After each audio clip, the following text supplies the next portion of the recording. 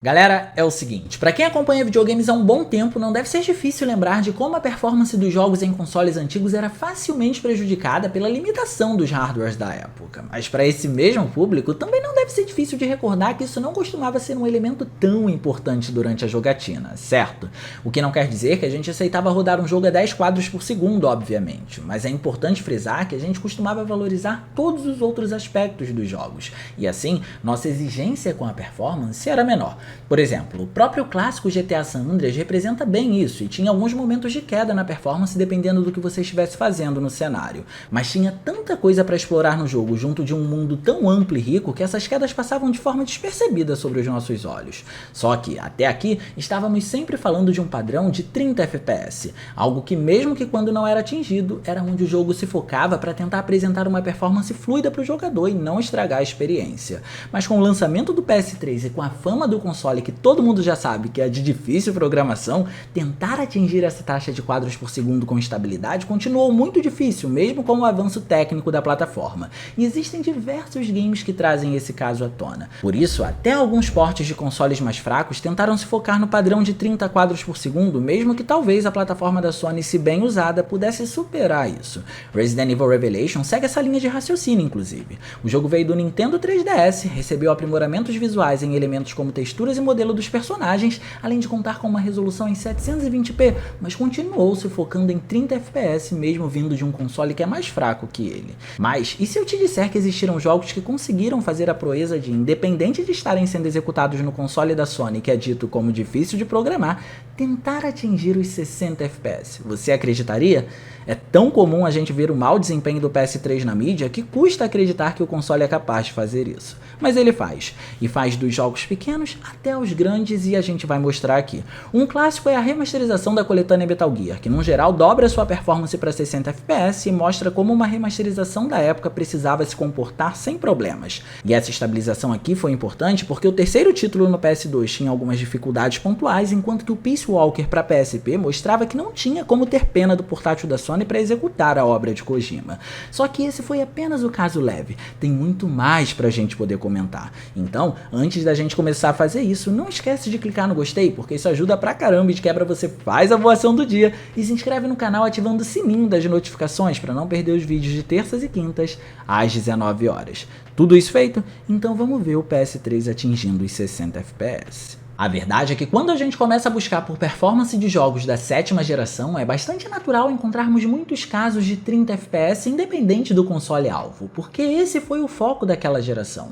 No entanto, o que sempre intrigou com relação ao uso do PS3 é que ele costumava perder nesse quesito mesmo quando focado nessa performance que vinha de gerações atrás, o que já nos leva a pensar que, para atingir 60 FPS em um jogo naquele período, precisavam existir concessões, e mais concessões ainda quando se pensava no PS3. Então, para a gente seguir adiante hoje, precisamos ter isso em mente. Nós já falamos dos casos leves com a remasterização de jogos extremamente pesados, afinal Metal Gear impressiona até hoje mesmo sendo um jogo do PS2. Mas existiram títulos que foram pensados na 7ª geração e que conseguiram quebrar essa barreira. E eles se dividem em dois tipos, os que fazem as concessões e os que não fazem. E a pergunta é, qual foi o resultado dos que fizeram essas concessões e o resultado dos que não fizeram? Olhando para os que fizeram as concessões, temos dois para poder exemplificar. O primeiro é Street Fighter 4, um jogo de luta que foi marcante na era do PS3 e conseguiu dar vida à sua jogabilidade incrível usando os 60 FPS. O título é impressionante, isso precisa ficar claro. Os modelos dos personagens são ricos em detalhes, os cenários são cheios de elementos e extremamente dinâmicos e as texturas muito bem trabalhadas para o padrão imagético daquele período. Mas por ser um título de luta, é essencial que a performance não caia e para fazer isso o jogo precisou especificamente na plataforma da Sony usar a resolução dinâmica. O comum aqui é ele ser executado em 720p nativo, mas com os closes nos personagens que deixam seus detalhes e expressões faciais em evidência, a resolução cai para 1120 por 630 pixels, e de quebra, abre mão do anti-serrilhamento aqui, mas os 60 FPS estão lá, estáveis. Já outro jogo que se adequa a isso é Mortal Kombat, que traz 720p nativamente sem o uso da resolução dinâmica, mas aqui estamos falando de um excelente trabalho com a Unreal Engine 3, então as concessões foram menores para manter a estabilidade na taxa de quadros por segundo, justamente pelo motor gráfico ser de fácil otimização e muito bem aplicado. O predominante para poder fazer tal proeza, inclusive, foi a redução da qualidade dos efeitos alfa, que são responsáveis pela transparência, como fogo e fumaça. Aqui, o jogo trouxe eles só que com 1/4 da resolução geral do game, mas não compromete em nada a qualidade geral e faz com que Mortal Kombat se execute em 60 quadros por segundo estáveis. Mas agora, quando procuramos títulos que não fizeram concessões e confiaram demais no poder da capacidade de otimização quando um jogo é exclusivo, vemos God of War 3 e God of War Ascension. Ambos são instáveis, porém de forma inteligente, e eu explico. Apesar de raramente encontrarmos os 60 FPS nesses jogos, os dois se comprometem com um bom trabalho de sincronia vertical para não apresentar os cortes na tela resultantes dessa instabilidade na performance. Assim, apesar de não termos 60 FPS fixos, a jogabilidade é fluida e na maior parte do tempo está bem acima dos 30 quadros por segundo, com um excelente padrão de anti-serrilhamento e rodando em 720p. Então sim, o resultado é incrível, mas a gente nota a importância das concessões. Só que um exemplo que sempre intrigou os jogadores foi o da saga Call of Duty, que por sinal é uma saga que tem bastante história para contar, especialmente a que a gente mais gosta, a história da parte técnica. Quando o primeiro Call of Duty chegou, ele veio com a responsabilidade de acabar com a franquia Medal of Honor. Na verdade, esse era o slogan dele na época, prometendo ser um jogo tão incrível quanto. E olhando hoje, a gente vê que conseguiu, né? Mas é interessante notar algumas mudanças que a saga teve e as exigências dela com relação ao processador dos consoles. Então vamos por partes. O primeiro título foi lançado originalmente para PC, onde a performance depende do quão poderosa é a máquina que você tem. E nele tínhamos diversos inimigos em tela, um cenário relativamente amplo e um sistema de inteligência artificial que, para sua época, era impressionante. Só que o mais curioso foi o sistema de respawn que o game trouxe para os seus aliados. Para tornar o cenário sempre caótico e com muitos personagens em tela, passando a sensação de guerra, mesmo que um aliado aleatório do seu personagem morra, ele é substituído por um outro com um nome diferente, só para poder fazer a composição. No entanto, isso foi no PC. Eventualmente, o jogo chegou para consoles, mas teve que abrir mão de muita coisa. Agora a performance foi limitada em 30 quadros por segundo, os cenários foram reduzidos drasticamente, até por contar uma história diferente, e os inimigos também, para poder ficar proporcional ao tamanho dos ambientes. Só que isso, junto à redução pela metade da performance, fez com que o jogo perdesse um pouco da sua característica de arcade, porque é basicamente assim que Call of Duty funciona e tem seu diferencial por isso. Eliminar diversos inimigos de maneira incontável é extremamente divertido, e a saga é marcada por esse tipo de elemento, algo que inclusive justifica porque trazer 60 quadros por segundo foi sempre tão almejado e valorizado pela desenvolvedora, só que demorou pra gente chegar lá. Assim, recebemos o Call of Duty 2, que seguiu a mesma linha de raciocínio do anterior, só que com a diferença de que a versão do PC agora foi lançada também para Xbox 360, que estava chegando no mercado, e rodando em 60 quadros por segundo. Como o PlayStation 3 ainda não tinha sido lançado, ele não recebeu uma versão. Enquanto isso, os consoles da geração anterior receberam uma versão completamente diferente, buscando se adequar ao título anterior, com cenários reduzidos e um menor número de inimigos na tela. Mas eis que recebemos o terceiro título da saga de forma igualitária em termos de contexto para todas as plataformas, tentando seguir uma única linha de raciocínio e tentando acabar com as comparativas sobre história. Assim, para não esquecer dos consoles da geração antiga, houve um equilíbrio entre concessões e permissões dessa vez. Por exemplo, o número de inimigos e eventos acontecendo aumentou, mas os cenários estão menores, e isso acontece independente da plataforma. São elementos que a gente vai encontrar jogando tanto no Xbox 360 e PlayStation 3, como também no PlayStation 2 ou Xbox original. Só que no console de 7ª geração da Sony foi um caso de má otimização tremendo. O título não apenas conta com menos elementos visuais, tipo a vegetação, como tem uma qualidade inferior nas texturas, rodando a míseros 30 FPS, que é algo que a geração do PS2 também faz com o game.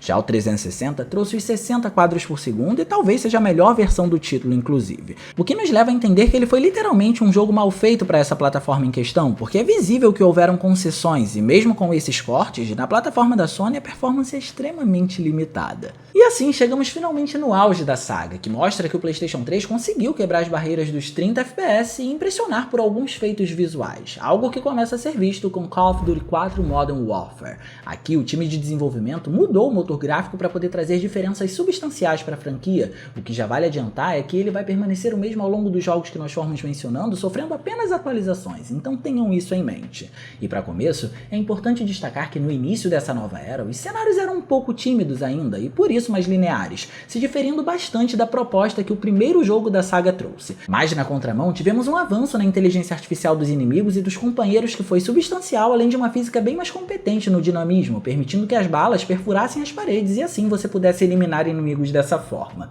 O jogo até teve quedas de performance, mas já vale dizer que isso independe da plataforma que você estiver jogando. Só que como o trabalho na sincronia vertical foi bom, isso não atrapalhou a experiência. E a verdade é que até aconteceram as concessões para poder manter o padrão que o jogo estipulava, mas parece que a saga não se permitiu diminuir suas evoluções gráficas nesse início de nova era, assim como também não quis se limitar a 30 quadros por segundo, para agora conseguir finalmente priorizar a dinâmica de arcade no decorrer da campanha, mesmo que você estivesse jogando em um console. Por exemplo, falando desse cenário, a gente pode dizer que as texturas com o novo motor gráfico foram infinitamente melhoradas, contando até com normal mapping para poder aumentar a complexidade, e personagens muito bem modelados e cheios de detalhes nas roupas, além de expressões faciais. E como se não fosse o bastante, o game ainda foi cheio de elementos scriptados que impressionavam pela quantidade de efeitos que traziam, como partículas ou explosões que resultavam em uma fumaça densa. Mas por outro lado, sobre as concessões, ele optou por linearidade nos cenários e uma resolução de 1024 por 600 pixels, que se apoiava a um sistema de anti-serrilhamento para poder suavizar as bordas.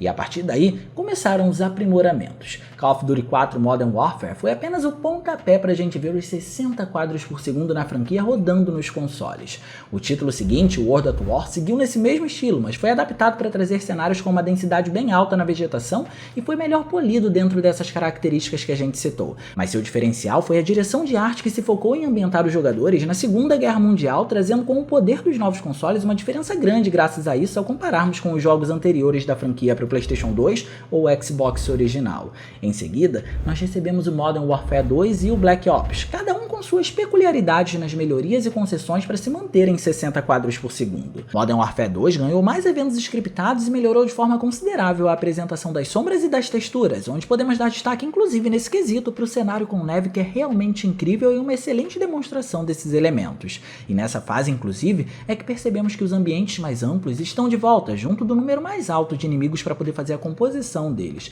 algo que foi realmente muito bom e pode ser demonstrado com o cenário da favela também. No entanto, quando chegamos na segunda missão, que vemos toda aquela neblina diante da visão do personagem, percebemos que melhoraram os efeitos de transparência. Só que isso infelizmente resultou em uma instabilidade maior na performance do que no título anterior, o que justifica inclusive porque Mortal Kombat optou por reduzir a resolução desse tipo de efeito. Só que de todas as formas serviu de aprendizado, porque na tentativa de melhorar isso e equilibrar com um sistema de captura de movimentos e expressões faciais ainda mais impressionantes, junto de uma iluminação que é notavelmente melhor, recebemos Call of Duty Black Ops com uma resolução abaixo dos anteriores, rodando em 960 por 544 com o anti-serrilhamento na busca de poder aumentar um pouco essa performance. Mas parece que fazer essa redução na contagem de pixels não foi o suficiente para poder melhorar a estabilidade na performance diante dos aprimoramentos feitos. E isso nos traz para Modern Warfare 3, que encerra o seu ciclo e parece mostrar que aprendeu muito bem o que fazer aqui.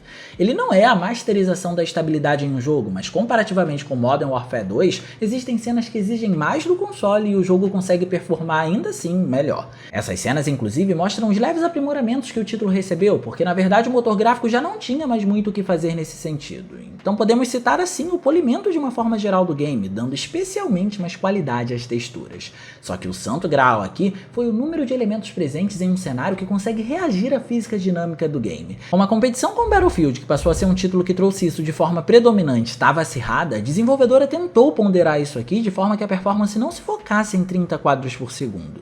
Então, é comum ter partes mais caóticas no game e ainda assim ele conseguir se apresentar acima desse padrão de performance, o que é algo muito bom e é importante de ser valorizado. Mas para poder equilibrar esse cenário, trazendo essa performance e mostrar o que aprendeu aqui com o console da Sony, a resolução voltou para 1024 por 600 com um bom anti-serrilhamento, porém reduzindo mais uma vez a qualidade dos efeitos de transparência. Fazendo assim com que Modern Warfare 3 seja provavelmente dentro da saga Call of Duty no PlayStation 3 o título que tem a melhor otimização e que sabe usar os recursos do motor gráfico, e isso é o que determina não apenas como o PS3 pode ultrapassar os 30 quadros por segundo com um bom jogo de cintura e conhecimento do hardware, mas também determina como o fim da trilogia consegue performar na plataforma da Sony e encerrar o seu legado. De todas as formas, existem outros games da franquia Call of Duty que saíram para o PlayStation 3, mas eles vão ser mencionados em outro vídeo porque eles não se aplicam bem na ideia desse. E no mais, eu quero saber o que você pensa sobre tudo isso. Você acha que 60 quadros por segundo é necessário em Call of Duty? Deixa aí no campo dos comentários que eu quero ler a sua opinião, beleza?